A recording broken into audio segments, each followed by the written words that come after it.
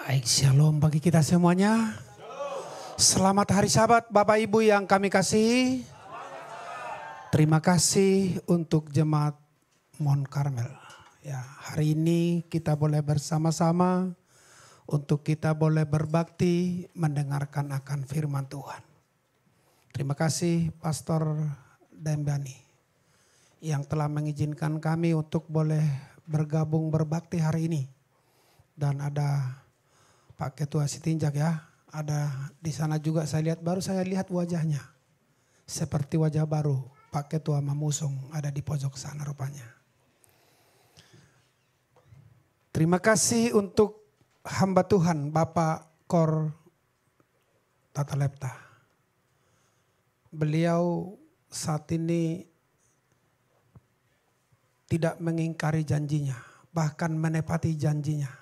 Ya, hadir bersama dengan kita untuk kita boleh berbakti bersama-sama. Karena waktu yang lalu kita bertemu dengan hamba Tuhan ini. Terima kasih juga untuk penyanyi luar biasa ya. Kalau sudah di Mount Carmel ini luar biasa nyanyiannya. Dan boleh membuat kita menyegarkan hati dan pikiran kita. Ada penyanyi cilik yang sangat hebat ya. Luar biasa adik kita Boruna Pitupulu ini. Saya sudah kenal neneknya dari dulu ya. Di tahun 2010 kali ya. 2010 kami bersama-sama di Bukit Sion. Dan saat ini kita boleh lihat rupanya ada penyanyi keturunan dari Siahan ini ya. Yang luar biasa. Dan mereka, Nabi Tupulu ya. Karena Tambunan Opung ini saya ingat abang mertuanya, abang iparnya gitu ya. Kakak ipar. Baik saudaraku yang kekasih dalam Tuhan, saya biasanya jam 12 sudah selesai. Tapi oleh karena kebaktian kita mulai dari jam 10 ya, Pendeta dan Bania, maka 1 jam ke depan kita akan boleh bersama-sama mendengarkan akan firman Tuhan. Ya, terima kasih untuk kehadiran kita bersama. Terima kasih kita boleh bersama-sama dalam berbakti pada hari Sabat ini. Hari ini saya ingin menyampaikan sebuah pemikiran dari firman Tuhan. Pak Ayub, apa yang Anda cari dalam hidupmu? Adakah Anda terpikir bahwa hidup ini hanya sementara? Hidup ini hanya singkat. Hidup ini tidak terlalu lama. Pertanyaannya, apa yang kita cari? Apa yang saudara cari? Apa yang saya cari dalam hidup saya untuk saat ini? Sebelumnya kita berdoa. Mari kita berdoa bersama-sama. Tuhan Bapa kami dalam sorga. Hari ini di hari Sabat-Mu yang kudus ini Tuhan. Kami datang menghadap Engkau. Memohon akan kecurahan kuasa Roh Kudus-Mu. Sehingga ketika kami Tuhan mendengarkan Engkau berbicara lewat firman-Mu. Maka kami Tuhan akan dikuatkan. Apa yang kami cari dalam hidup kami? Tentunya hanya ada satu. Yaitu harapan untuk masuk ke dalam kerajaan Tuhan. Terima kasih Tuhan Bapa kami dalam sorga. Jadilah kehendak-Mu. Dalam nama Yesus kami berdoa. Amin. Baik Bapak Ibu yang kami kasihi, apa yang kita cari dalam hidup kita? Ya. Kalau saat ini gereja kita memiliki misi untuk memanggil semua orang. Ya. Berarti tidak ada orang yang tidak bisa dipanggil.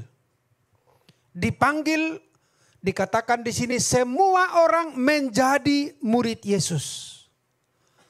Lalu dikatakan saudaraku yang kasih dalam Tuhan, dalam memberitakan Injil yang kekal. Siapa dia? Injil yang kekal? Tidak ada yang lain selain dari Yesus Kristus, karena Dia akan segera datang kembali. Itulah sebabnya saudaraku yang kekasih dalam Tuhan, dikatakan bahwa Conference DKI Jakarta dan sekitarnya kami kembali ingatkan bahwa ada hope for Indonesia 2024 Christ for Jakarta, di mana kita boleh ingin menarik jiwa, memperkenalkan kabar Injil ini untuk 3.582 jiwa. Bagaimana caranya? Saudara-saudaraku yang kekasih dalam Tuhan, dikatakan pekerjaan kita bagi Kristus harus dimulai dari dalam rumah tangga. Ya, jadi kalau rumah tangga Anda aman, rumah tangga saudara beriman, rumah tangga kita kuat, maka dikatakan disinilah kunci. Maka kita akan dapat menyampaikan atau mencari ladang pekerjaan Injil yang dapat kita lakukan lewat rumah tangga kita. Tuhan meminta rumah kita menjadi pusat kesaksian. Ya. Jadi rumah Anda, rumah kita semua, gereja Mount Carmel ini, Tuhan minta untuk menjadi apa? Rumah kesaksian, saudaraku. Saudara-saudaraku yang kekasih dalam Tuhan, dikatakan bagaimana dari family to family untuk kita boleh berjalan bersama. The Ministry of Healing halaman 355 katakan seperti ini. Dari rumah kita akan mengalir aliran penyembuhan. Ya, membawa kehidupan, keindahan, dan kesuburan. Jadi kalau rumah tangga kita menjadi rumah tangga yang kuat akan kasih Tuhan, maka akan mengalir, saudaraku, penyembuhan itu. Baik, mari kita kembali kepada pelajaran kita. Ketika kita berbicara mengenai apa yang kita cari dalam hidup kita, maka kita di sana memiliki satu harapan. Ada harapan yang kita ingin peroleh dalam hidup ini. Dikatakan apa sih artinya? Harapan itu adalah sesuatu yang dapat diharapkan. Atau sesuatu yang apa? Yang dapat didapatkan. Atau boleh dikatakan ada satu keinginan supaya menjadi apa? Kenyataan. Kalau ada seseorang memiliki harapan hidup, apa yang dia lakukan? Pak Sitinjak. Kalau ada seseorang ingin memiliki harapan hidup, apa yang harus dilakukan? Berjuang untuk bisa hidup. Bagaimana perjuangan itu dilakukan? Bapak Ibu tahu, dia harus makan makanan sehat. Makanan sehat itu berbagai hal. Ya, bagi anak-anak sehatnya itu butuh susu. Tapi bagi Pak Sitinjak ini nggak perlu lagi itu. Karena dia sudah apa? Kelebihan gizi. Misalnya, ini hanya contoh gitu ya. Kalau itu kita berbicara mengenai apa? Harapan hidup. Baik, saudara-saudaraku yang kekasih dalam Tuhan, maka pengharapan itu dikatakan itu berasal dari apa? Jika ada sesuatu harapan maka perlu diminta. Ya, perlu dimohonkan. Saya masuk kepada sini. Arti selamat. Kata yang pertama menyampaikan terbebas dari bahaya. Arti yang kedua juga bahwa selamat ini juga diartikan sehat. Bahwa yang ketiga tercapai maksud kita. Dan yang terakhir dikatakan ini adalah sebuah apa? Merupakan doa. Ya, merupakan doa. Baik, saya lanjutkan. Mari kita kembali kepada firman Tuhan. Kita buka dulu Alkitab kita supaya kita bisa apa? Kembali masuk dalam konsep pelajaran kita pada hari ini. Mari kita buka Lukas pasal 19. Kalau tidak ada Alkitab saudara hanya melihat ke depan karena ada di sana dicatatkan. Ya, Lukas pasal 19 dimulai dari ayat yang pertama. Yesus masuk ke kota Yeriko. Di sana dia berjalan melintasi kota itu. Di situ ada seorang bernama Sakeus, kepala pemungut cukai. Dan ia dan Sakeus adalah seorang yang kaya. Ia berusaha untuk melihat orang apakah Yesus itu. Ya, seperti apakah wajahnya? Apakah mungkin seperti Pak Mamusung? Atau dia seperti Pak Sitinjak? Atau dia seperti Pendeta Andre dan Bani? Dia ingin apa? Saudaraku yang kekasih dalam Tuhan, luar biasa Tuhan kita. Kenapa saya katakan luar biasa? Hanya sejengkalnya wajah kita ini, tapi wajah ini yang membedakan apa? Wajah ini yang membedakan manusia kita. Kita dapat mengenal orang dari apa? Dari wajah ini. Ya. Karena saudaraku kalau badan ini bisa di apa? Apalagi alih-alih sekarang media. Saya pernah mau masuk mau buat foto bergambar banyak. Hanya wajahnya yang diganti justru sudah menjadi seperti orangnya. Pak Mamusung. Badannya tidak perlu diganti.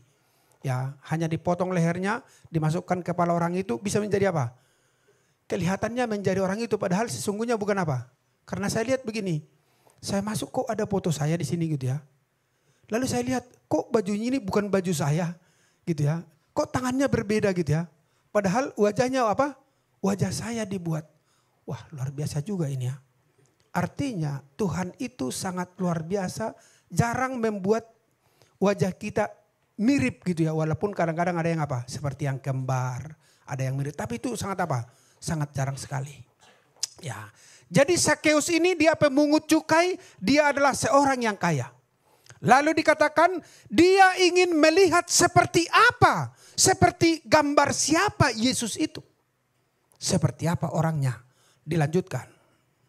Ya, maka berlarilah ia mendahului orang banyak. Lalu memanjat pohon ara untuk melihat Yesus yang akan lewat di situ. Kenapa dia harus panjat pohon? Ya, kalau kita ini ada tinggi, ada pendek nggak? Saya buat begitu, bukan pendek Pak. Ada yang tinggi, ada yang agak tinggi dan ada yang lebih tinggi. Ya gitu ya. Jadi agak tinggi, tinggi dan lebih tinggi gitu ya. Karena kalau dibilang pendek nggak enak juga mendengar. Gitu ya. Siapa yang suka dibilang orang pendek? Gak ada yang mau. Tapi Alkitab mencoba mencatat bahwa Sakeus itu adalah seorang yang pendek. Tapi saya pikir banyak orang yang suka. Kenapa alasan saya banyak yang suka Pak Ayub? Karena dia adalah orang yang kaya. Gitu ya. Dia adalah ahli apa dikatakan? Dia seorang atau kepala pemungut cukai. Kalau kepala pemungut cukai sekarang ini orang miskin gak Pak Ayub? Pasti orang kaya. Ya, kepala pajak itu orang kaya nggak? Kalau ada kepala atau katakanlah seorang kepala pajak sekarang ini sedang mengontrak rumah itu aneh. Ya, itu akan keanehan terjadi. Kenapa? Karena seorang kepala pajak itu dia sudah pasti apa? Karena gajinya pun berlipat-lipat kan. Dari pegawai negeri yang biasa pun dia berkali lipat gajinya. Jadi dia tidak mungkin apa? Orang yang miskin. Maka kalau dia pun seorang yang pendek saudara. Seorang yang pendek, tapi banyak orang yang suka. Apanya yang disukai? Wah, kok bisa? Tahu. Gitu ya. Uangnya yang disukai. Oke, kita lanjutkan. Saya mau mengambil cerita itu hanya untuk sekilas kita coba bayangkan. Mari kita lihat gambar ini. Ya. Kalau saudara melihat gambar ini ada dua gambar. Satu adalah orang kaya dia pendek, tapi satu orang muda yang kaya. Ya, oke. Selanjutnya, persamaan apa yang boleh kita lihat dalam kehidupan mereka? Coba kita perhatikan. Ya, ada dua orang kaya, lalu dia terhormat, sama-sama kaya, sama-sama terkenal. Lalu ada pemimpin dan ada kepala pemungut cukai. Benar nggak? Pernah saudara mendengar orang muda yang kaya dalam Alkitab? Lukas pasal 18 menyebutkan itu. Saya ambil dari 19 dulu. Oke.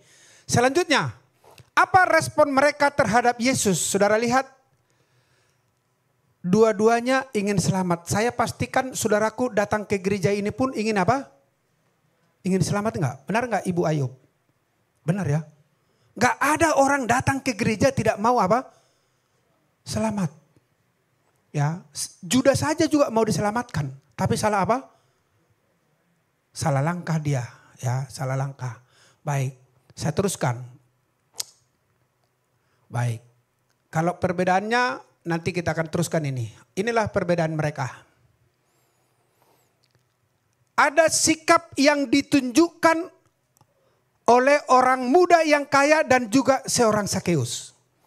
Dia berlari berdesakan lalu memanjat pohon supaya dia dapat melihat Yesus. Lalu yang sama juga dikatakan dia berlari dan datang kepada Yesus. Tapi sikap yang kedua ini yang boleh membedakan yang paling apa? Melihat mereka. Satu saudaraku merasa dia berdosa. Dan yang satu merasa dia benar. Banyak orang Kristen saat ini sedang mengalami sikap orang muda ini. Dia selalu merasa dirinya benar. Dia selalu merasa dirinya cantik. Dia selalu merasa dirinya hebat. Dan dia selalu merasa dirinya segalanya. Saya bintangnya katanya. Ya. Oke. Ada anak gadis di sini yang belum menikah? Ada? Oh, yang di depan saya ini ya. Namanya siapa, Dek? Niska. Oke. Masih sendiri sudah punya pacar? Hampir. Kok ada yang hampir terbujuk ini saya lihat. Gitu ya.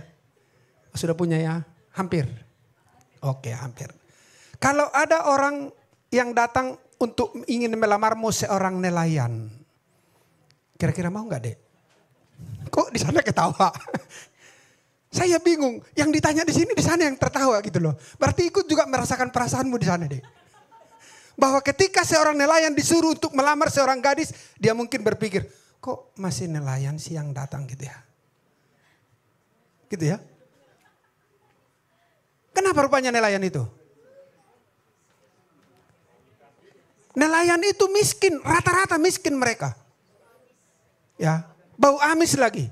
Coba bayangkan pekerjaannya nangkap ikan, bawa ikan lalu dipikul ikunnya, bajunya pun jadi bau apa? Harum gitu ya. Harum ikan. Jadi nggak mau ya, Dek? Belum jawab? Oh, yang jawab. Mau nggak, Dek? Sebentar dulu, Dek. Kita serius dulu ini. Mau nggak? Boleh juga? Wah, luar biasa ini. Luar biasa. Tapi kalau seorang apa namanya? Pemimpin perusahaan, katakanlah dia punya perusahaan, dia punya mobil mewah, dia punya rumah mewah. Mau nggak, Dek? Boleh juga. Yang mana yang mau dipilih gitu ya? Kalau dua-duanya dipilih nggak mungkin lah. Ya, artinya oh ada opsi. Opsinya dua-duanya gitu ya. Oh belum pilihan. Oh belum tanda tangan gitu ya.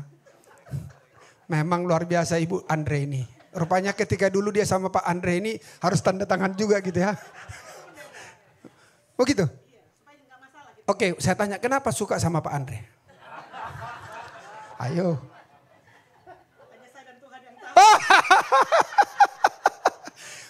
Masa nggak tahu Pak Andre? Yang benar dong. Atau ada sesuatu Pak Andre? Karena kumisnya. Bisa juga ya? Oh bisa juga. Pelihara kumis itu Pak. Karena waktu kami sama-sama di Urabe dengan beliau ini, kami disuruh cukur kumis. Begitu ya Pak Andre ya? Protes istrinya. Dia bilang, seumur-umur saya tidak pernah lihat suami saya dicukur kumisnya katanya. Kok ini dipaksakan katanya gitu. Karena waktu itu kami disuruh paksa untuk apa? Saya pun harus cukur Pak. Tapi beda wajahnya rupanya. Karena tidak terbiasa melihat gitu ya. Aneh gitu ya. Apa yang saya sampaikan saudaraku yang kasih dalam Tuhan. Seseorang yang berpengaruh dalam kehidupannya seringkali menjadi idola dan harapan apa? Manusia. Apalagi dari segi uang. Baik, saudaraku dikatakan selanjutnya. Bagaimana responnya terhadap Yesus? Kita lihat di sini dikatakan. Mereka datang kepada Yesus dengan kekurangannya. Kenapa? Karena dia merasa berdosa. Tapi satu dikatakan dia datang kepada Yesus dengan kelebihannya. Kenapa dikatakan dengan kelebihannya? Waktu Yesus tanya dia, lakukan dulu hukum yang 10 hukum. Hanya dia bilang, dari kecil Tuhan saya sudah lakukan itu. Ya, baik. Saudaraku saya lanjutkan karena nanti ceritanya kita akan sambung. Apa perbedaan lagi yang dapat kita lihat? Ya, sikap yang ditunjukkan mereka ini. Yang satu mau menerima teguran, tapi yang satu tidak. Setan dalam pelajaran kita tadi, mana Pak Pasar Ibu? Setan dalam menerima teguran Tuhan, dia tidak mau mendengarkan. Justru dia menyombongkan dirinya dan justru dia ingin apa? Lebih hebat daripada siapa? Daripada Tuhan. Dia ingin menyamai kedudukan yang maha tinggi. Ketika dia ditegur, dia dibujuk, tidak berarti bujukan itu. Dan dikatakan di sini bahwa orang muda yang kaya ini dikatakan dia tidak mau menerima teguran. Banyak orang Kristen, banyak orang yang percaya Yesus, tapi ketika dia ditegur dia marah. Ketika dia diingatkan dia marah. Ketika dia dicolek sedikit, rasanya apa? Oh enggak gitu. Ya. Selanjutnya saudaraku, bagaimana responnya terhadap Yesus yang kita mau lihat di sini? Orang muda yang kaya itu ketika Tuhan katakan kepadanya ada satu hal lagi yang engkau lakukan. Lalu mulai dia berpikir, apa itu Tuhan katanya? Dia tantang, kira-kira apa sih yang Tuhan mau saya lakukan gitu. Yesus hanya katakan, woi brother, orang kaya, jual hartamu katanya. Bagikan kepada orang miskin. Saudaraku yang dikasih dalam Tuhan, banyak orang berpikir bahwa orang muda yang kaya ini adalah orang yang ceroboh. Mengapa? Karena dia meninggalkan Yesus karena disuruh menjual apa? Hartanya. Siapa namanya kawan? Manalu. Sudah lama Manalu? Sudah ya? Sekarang punya harta apa kawan? Yang benar. Apa tidak ada yang lain? Coba. Ada nggak hartamu yang lain? Ada mobil? Mobil, motor, rumah. Kalau disuruh jual itu lalu bagikan kepada orang miskin, mau nggak bos? Oh, mikir dia. Gitu ya. Bagaimana kalau Pak Sitinjak ini? Jual dulu jam tanganmu, jual sepatumu, jual inimu, kira-kira mau nggak Pak? Siap. Oh siap, oh luar biasa ini. Kok lebih dari satu? Dia mau melakukan karena lebih dari satu. Kalau jual rumahnya mau nggak Pak? Siap. Oh siap juga ya. Karena lebih dari satu. Hebat sekali. Iman beliau ini luar biasa. Saya baru tahu hari ini. Gitu ya. Haleluya. Sungguh luar biasa beliau dapat menyaksikan mampu menjual. Berarti Pak Mamusung tidak usah capek cari dana Pak. Beliau sudah siap untuk itu. Ya. Yesus mencoba untuk orang muda ini. Dia katakan jual hartamu. Lalu bagikan. Saudaraku yang kekasih dalam Tuhan. Mohon maaf sekali lagi. Saya sudah beberapa tahun melayani di conference ini. Lebih dari 20 tahun. Maafkan saya kalau saya harus sampaikan. Banyak orang Kristen saat ini tidak mau berkorban. Jangankan harta. Ya, jangankan uang. Berkorban waktu pun susah.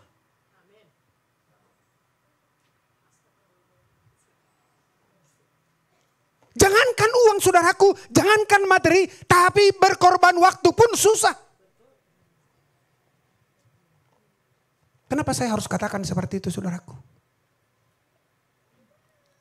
Maaf Pak Mamusung, maaf sekali lagi. Saya tadi kebaktian di sini jam 10 mulai kata pendeta. Tapi saya hitung jari saya belum habis. Jari saya ini kita sudah mulai, tidak terlalu banyak orang. Banyak yang terlambat. Waktu aja susah. Apalagi apa? Apalagi uang. Orang muda ini sudah capek mengumpulkan harta. Sudah kemana-mana dia harus buat usahanya. Tapi Yesus katakan dengan gampangnya. Bos, ada satu kekuranganmu. Ada satu kekuranganmu yang perlu kau lakukan. Apa itu Tuhan? Jual hartamu. Bagikan kepada orang miskin. Kalau saya di situ enak aja. Kan gitu kan? Bagaimana saya membagi-bagi, saya sudah capek mencari gitu ya. Tapi sesungguhnya saudaraku yang kekasih dalam Tuhan, Yesus melihat hati. Seperti apa kehidupan kita dalam memikirkan surga yang kita harapkan.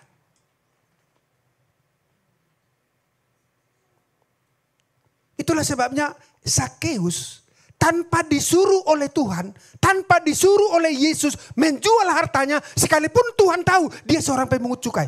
Tapi dia katakan, Tuhan, saya akan jual harta saya. Setengah saya akan bagikan kemana? Padahal Yesus tidak perintahkan kepadanya, kok dia bisa?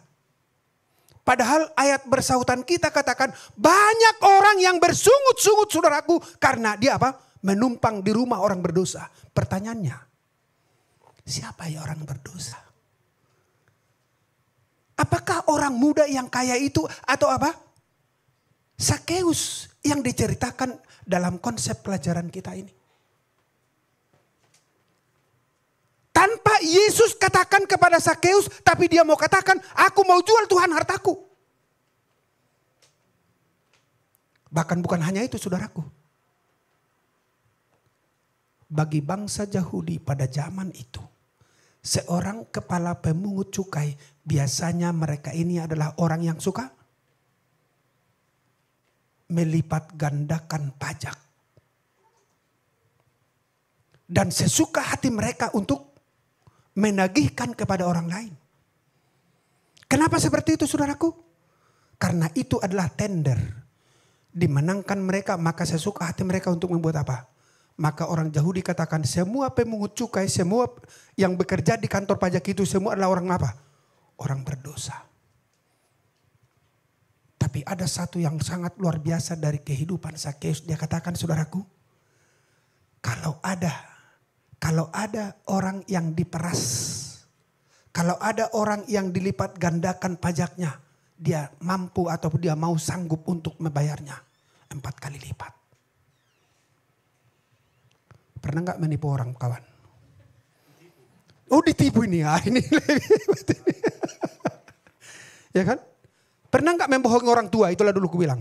Oh pernah. Dia baru sadar kalau menipu dia sudah terbiasa. Maksudnya pernah membohongi orang tua, pernah. Akibat dari situ bagaimana? Merasa bersalah. Ya. Seseorang yang dapat mampu katakan kalau ada yang saya tipu saya bayar 4 kali lipat, dia penipu enggak? Saya pikir saudaraku itu jauh apa? Jauh dari situ. Coba kalau bayangkan ada banyak yang mengaku bahwa dia ditipu. Kan dia harus bayar 4 kali lipat. Tapi dia punya pemikiran, dia punya pernyataan kepada siapa? Ini bukan hanya dia sampaikan kepada seseorang, tapi dia sampaikan kepada Yesus. Yesus melihat akan apa yang dilakukan oleh Zakheus. Saudara-saudaraku yang kasih dalam Tuhan, dikatakan orang muda yang kaya, dia datang kepada Yesus di mana dia merasa dirinya benar, merasa dirinya sempurna. Tetapi dikatakan Zakheus ini datang kepada Tuhan dengan apa? Kerendahan hati. Banyak orang Kristen saat ini bahwa mereka adalah orang yang sangat benar di hadapan siapa? Di hadapan Tuhan. Dan itulah sebabnya mereka selalu mengaku bahwa oh kami ini adalah orang-orang apa? Orang-orang benar. Mari kita baca, dikatakan seperti ini tulisan Roh Nubuat. Sebelum Zakheus memandang wajah Kristus, berarti sebelum dia bertemu dengan siapa? Sebelum Zakheus bertemu dengan Yesus, dia katakan begini. Sebelum Zakheus memandang wajah Kristus, ia sudah memulai pekerjaan yang membuktikan bahwa ia sudah benar-benar bertobat. Jadi bukan karena bertemu dengan Yesus dia maka dia bertobat saudaraku, bukan. Tapi sebelum dia bertemu dengan Yesus, dikatakan bahwa dia sudah membuktikan dirinya benar-benar bertobat. Sebelum dituduh manusia, ia sudah mengaku dosanya. Banyak sekarang manusia sudah dituduhkan pun masih apa? Masih ngeles dia. Oh bukan. Gitu ya. Sudah tahu pun, kau berbuat ini. Oh enggak, bukan saya. Saudara ingat bukan hanya sekarang ini saudara. Itu di zaman Adam dan Hawa. Kenapa kau makan buah itu Adam? Tuhan bukan saya. Yang di samping saya ini. Lalu ditanya lagi Hawanya, kenapa kau makan? Bukan saya Tuhan. Itu apa? Ada ular di situ yang hebat, yang cantik katanya. Kalau sekarang Anda mau melihat ular, mau nggak? Tapi dulu katanya itulah binatang yang paling tercantik saudaraku. Tapi setelah apa? Setelah dia membohongi manusia akhirnya menjadi apa? Binatang yang terkutuk saudaraku. Tetapi apa yang saya mau sampaikan di sini dikatakan Sakeus di dalam kehidupannya sudah benar-benar bertobat dan dikatakan sebelum dia apa? Sebelum dia bertemu dengan Yesus, ia sudah mengaku bahwa dia melakukan kesalahan. Ia telah menyerahkan kepada keyakinan oleh Roh Kudus dan sudah memulai melakukan ajaran perkataan yang tertulis bagi orang Israel pada zaman dahulu dan bagi kita sendiri. Artinya Tuhan telah menempatkan hukumnya di pikiran Sakeus. Tuhan telah membuat akal budi yang hebat di pikiran oleh Sakeus.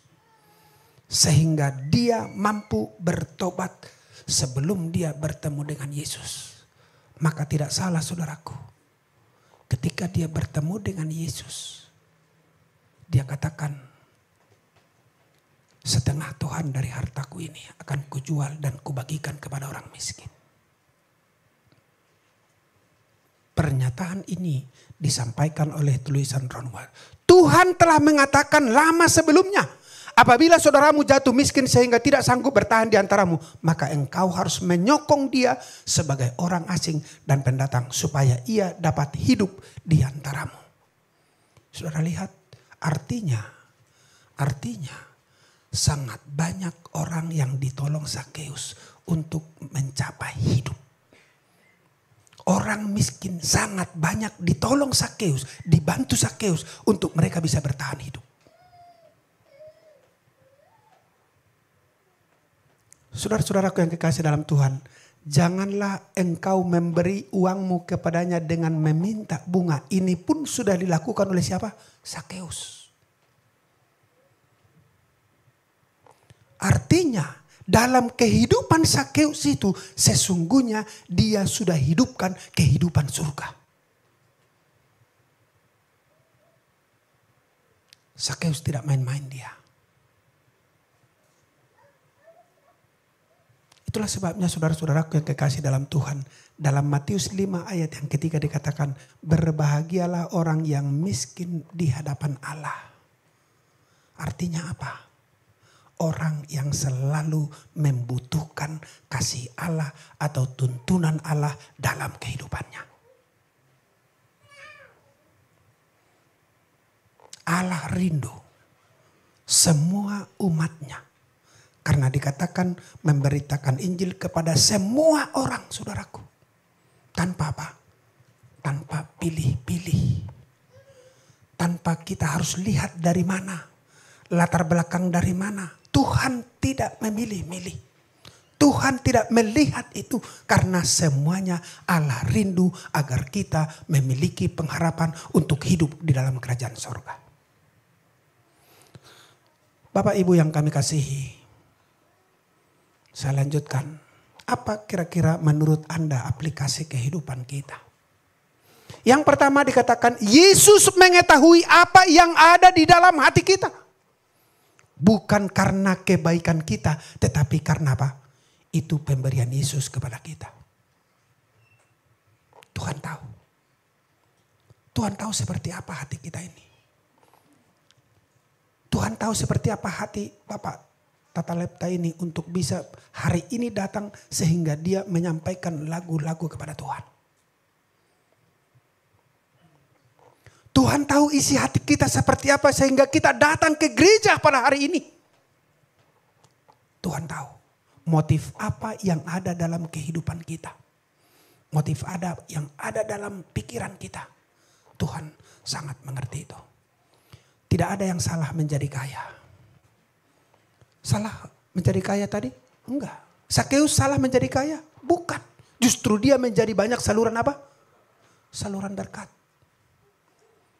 Sakeus banyak memperpanjang hidup orang miskin. Jadi Tuhan tidak pernah mempersalahkan menjadi orang kaya. Tapi yang dipersalahkan adalah ketika kekayaan kita, ketika apa yang kita punya. Karena seringkali kita merasa bahwa kita ini masih orang miskin. Yang kaya itu kan mereka, bukan kita. Tapi kita tidak pernah memperhatikan ada banyak orang-orang yang masih belum punya seperti yang kita miliki.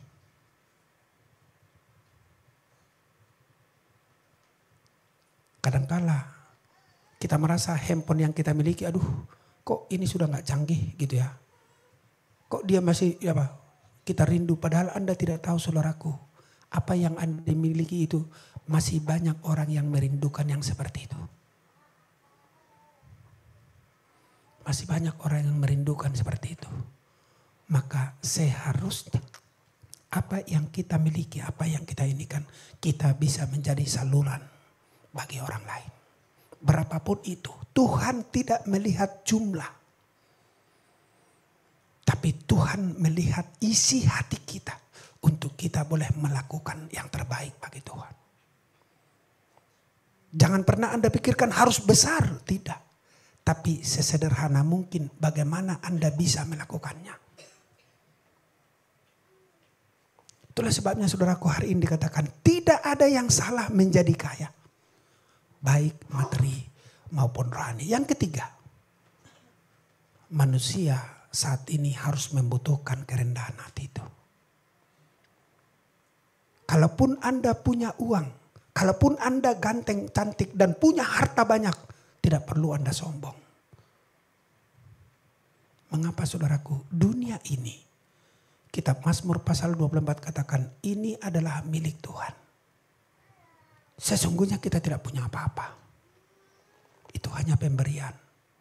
Tuhan mempercayakan pada saat ini bagi kita. Maka dibutuhkan roh kerendahan hati saudaraku. Berbahagialah orang yang miskin di hadapan Allah. Karena mereka lah yang akan apa? Yang punya kerajaan Allah. Kenapa seperti itu? Karena Tuhan melihat ketulusan. Tuhan melihat kerendahan hati yang setiap saat kita gunakan dalam kehidupan kita. Inilah yang perlu dihindari. Baik kesombongan rohani yang Anda rasa bahwa Anda hebat, perlu dihindari. Saudara-saudaraku yang kasih dalam Tuhan, dikatakan bila Kristus diterima sebagai juru selamat pribadi, keselamatan datang kepada jiwa-jiwa. Sakeus telah menerima Yesus bukan saja sebagai seorang tamu yang akan pergi dalam rumahnya, melainkan sebagai seorang yang tinggal di bait suci jiwa.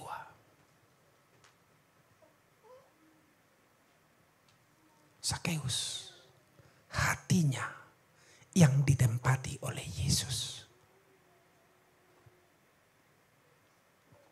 Itulah sebabnya saudaraku yang kekasih dalam Tuhan, Bapak Ibu yang kami kasihi. Mari kita coba lihat sejauh mana hubungan kita dengan Tuhan. Kita tidak perlu menghakimi satu dengan yang lain. Tidak perlu. Tapi mari kita kembali melihat seperti apa Sakeus dalam kehidupannya. Seperti apa orang muda yang kaya itu dalam kehidupannya. Siapa yang kita mau lihat?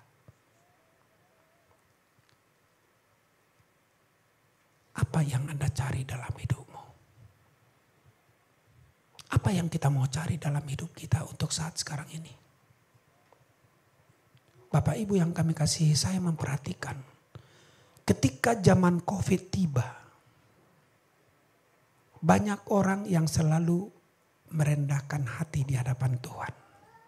Lewat doa, lewat nyanyian, lewat kesaksian, dan lewat yang lain.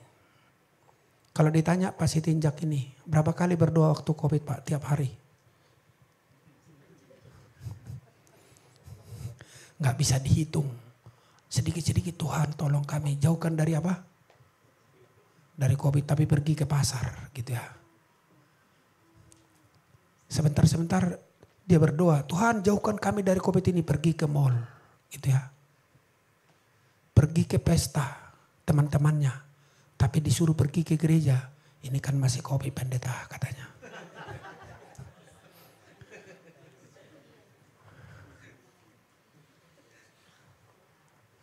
Yang mana COVID-nya? Mau bertemu dengan Tuhan COVID. Mau bertemu dengan sesama, enjoy aja. Saya bilang sama istri saya di rumah. COVID katanya, dia pergi ke pasar. Di pasar itu mepet terus sama dengan orang lain kan, milih-milih apa? Pilihannya gitu ya. Saya bilang, jangan karena perut jadi kita mati. Ketawa dia. Ya kan? Tapi kalau ketika pergi ke gereja, pakai masker, berlipat apa? Berlapis-lapis katanya. Padahal dia ke pasar buka masker, saudara. Itulah kenyataan kehidupan. Yang mengartikan bahwa kehidupan kita sesungguhnya membutuhkan kekuatan dari Tuhan. Bukan membutuhkan kekuatan dari diri kita sendiri. Sakeus, saudaraku, merasakan itu. Sakeus mendapatkan itu dari Tuhan.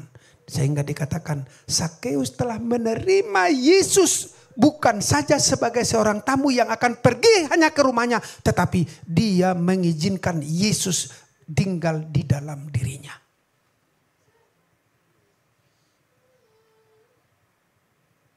Bapak Ibu yang kami kasih.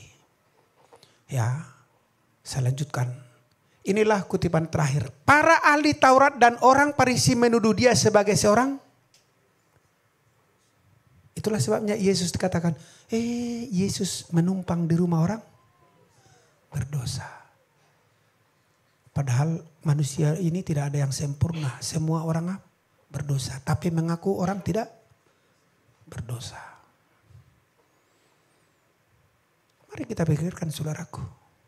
Mari kita renungkan masing-masing. Apakah kita ahli Taurat? Apakah kita orang Farisi? Apakah kita orang Israel? Apakah kita orang manapun? Pernahkah kita berpikir seperti pikiran Sakeus? Dia datang kepada Tuhan. Dia memanjat pohon karena merindukan kasih Tuhan. Ya. Dia datang mengaku bahwa dia adalah orang berdosa.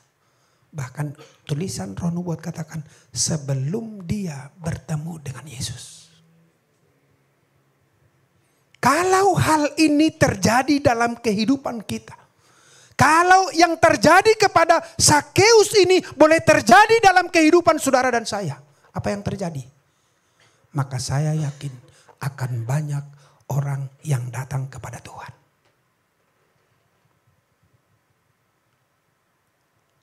Mount Carmel Church ini bukan hanya terkenal dengan audionya. Bukan hanya terkenal dengan musiknya. Bukan hanya terkenal dari apa yang ada sekarang. Tapi harusnya terkenal dengan iman kita. Amin saudaraku. Amin. Tuhan akan boleh menumbuhkan hati kita. Untuk kita boleh mendapatkan hati seperti hati Sakeus. Karena dikatakan bukan hanya Sakeus yang diselamatkan.